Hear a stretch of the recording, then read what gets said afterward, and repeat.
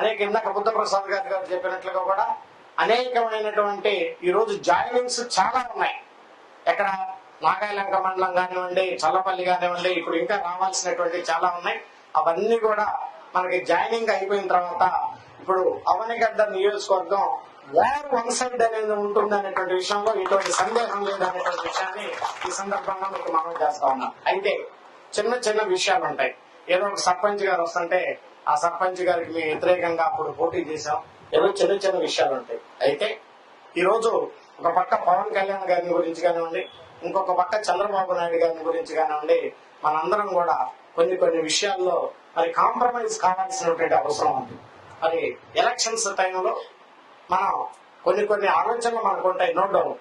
కానీ నిబంధనల ప్రకారంగా ఏదైతే ఇద్దరు కలయిక ఉందో ఆ కలయికతోటి మీరందరూ కూడా కలిసి రావాలని చెప్పేసి మాత్రం మిమ్మల్ని అందరినీ కూడా నేను రిక్వెస్ట్ చేస్తా ఉన్నాను.